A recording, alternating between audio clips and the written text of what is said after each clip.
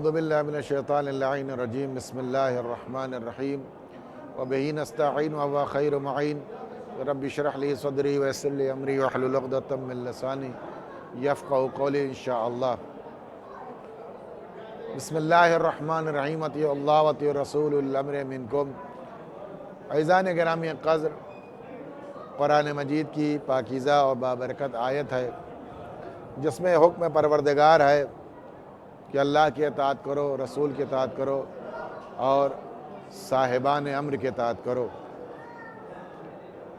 ہر زمانے میں اللہ نے اپنی حجتوں کو رکھا ہے اور جن کے ذریعے سے دنیا کی برکتیں باقی ہیں، زمانہ باقی ہے، اور زمانے کے ساتھ ساتھ ساری وہ چیزیں جو اللہ سبحانہ وتعالیٰ کی بارگاہ میں ہمیں سرخرو کرنے والی ہیں، وہ راستہ زندہ ہے جس راستے سے ہم کو اللہ کی بارگاہ میں سرخرو ہونا ہے۔ لہٰذا ضروری ہے کہ اپنے زمانے کے امام کو یاد کرتے رہیں اور دیگر ائمہ ہدیٰ علیہ السلام کی حیات طیبہ پر نظر رکھتے رہیں، اس لیے کہ من مات ولم یعرف امام زمانی فقد مات میتۃ جاہلیہ، جو اپنے زمانے کے امام کو پہچانے بغیر دنیا سے رخصت ہو جائے وہ جہالت اور کفر کی موت مرے گا۔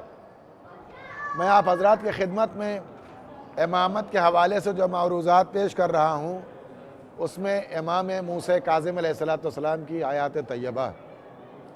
آپ کی زندگی بہت پرآشوب ہے۔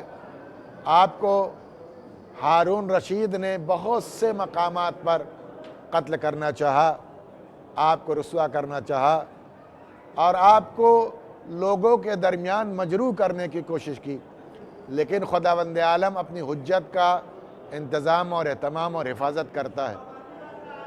عزیزان گرامی، ہارون رشید بہت چالاک عیار انسان تھا۔ یہ چاہتا تھا کہ اپنی زیرک اور ذہانت کی بنیاد پر امام کو ختم کر دے اور اس کا الزام بھی ہمارے سر پر نہ آنے پائے، لہٰذا اس نے چند کوششیں کی، اور ان کوششوں میں سے ایک کوشش یہ تھی کہ کچھ حبش کے غلام منگوائے اور منگوانے کے بعد انہیں شراب پلائی جاتی تھی، الیاذ باللہ۔ ان کو تدریب اور تمرین کرائی جاتی تھی کہ اگر کوئی سفید چیز میں لپٹی ہوئی چیز آئے تو اسے ٹکڑے کر دینا، لہٰذا ایک سفید کپڑے میں ایک طولانی ایک انسان کے قد کے برابر لکڑی کو لپیٹ دیا جاتا تھا اور ان حبشی غلاموں کو اس کے سامنے رکھ دیا جاتا تھا، یہ ان کو شراب پلائی جاتی تھی تو وہ اس بے خودی کے عالم میں اس لکڑی کو ٹکڑے ٹکڑے کر دیتے تھے۔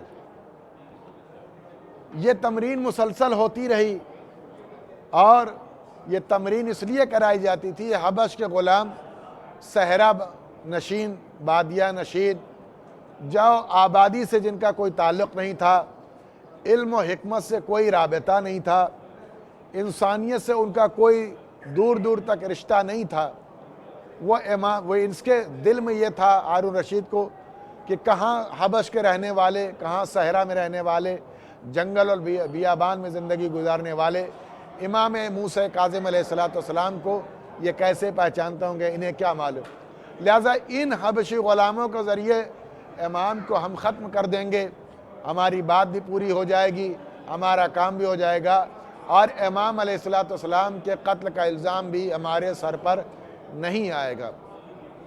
عزیزان گرامی، لیکن یاد رکھیے امام حجت خدا صرف لوگوں کا امام نہیں ہے بلکہ امام کائنات کے امام ہوتے، ہر ذرہ امام کی حکومت کے زیر اثر ہوتی ہے، ہر ذرہ امام علیہ السلام کی بارگاہ میں امامت کے حوالے سے پہچانی جاتی ہے۔ امام موسیٰ کاظم علیہ السلام کے لیے روایت جو میں آپ کی خدمت میں عرض کر رہا ہوں، امامت پر محکم دلیل ہے کہ حکومت امام کے خلاف ہے اور امام کو ختم کرنا چاہتی ہے، لیکن اختیار امام جو اللہ کی طرف سے لوگوں پر ظاہر ہے وہ کتنا اہم ہے۔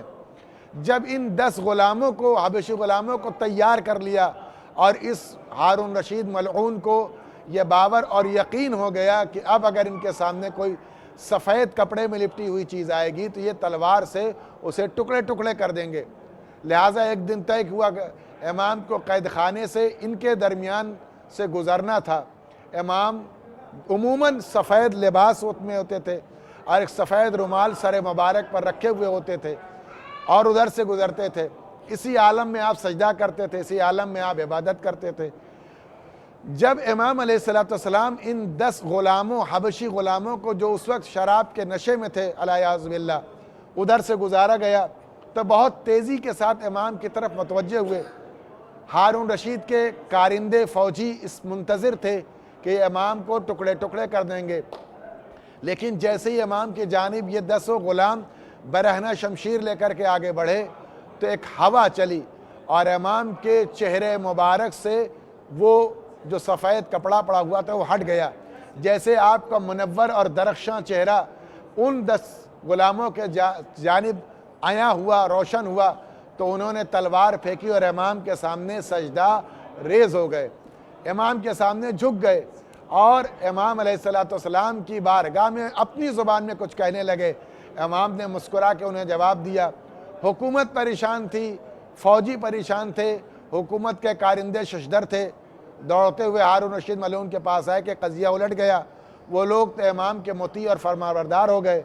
جب ان 10 غلاموں کو بلا کر کے پوچھا گیا کہ آخر یہ قضیہ کیوں پلٹ گیا، تو ان 10 غلاموں نے کہا کہ اے ملعون، تو نے کس حجت کو ہمارے لیے یہ بھیجا تھا کہ ہم انہیں قتل کر دیں؟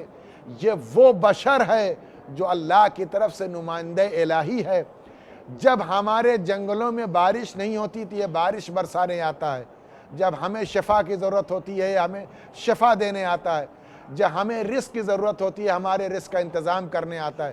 یہ اللہ کی بارگاہ کا امام ہے، حجت خدا ہے، ولی مطلق ہے، امام برحق ہے، جانشین الہی ہے، قرآن کا وارث ہے، اللہ کی بارگاہ کا نور ہے، جلوہ پروردگار کا مرکز ہے۔ اس کے ذریعے سے دنیا میں امامت کو پہچانوایا گیا ہے۔ یہ ہمارے اور آپ کے 7ویں امام ہیں۔ اس واقعے کو سن کر کے ہارون رشید کا سر شرمسار ہو گیا، جھک گیا۔ اسے معلوم یہ ہو گیا کہ حجت خدا کی شمع کو بجھانا آسان نہیں ہے۔ وآخر دعوانا ان الحمد للہ رب العالمین۔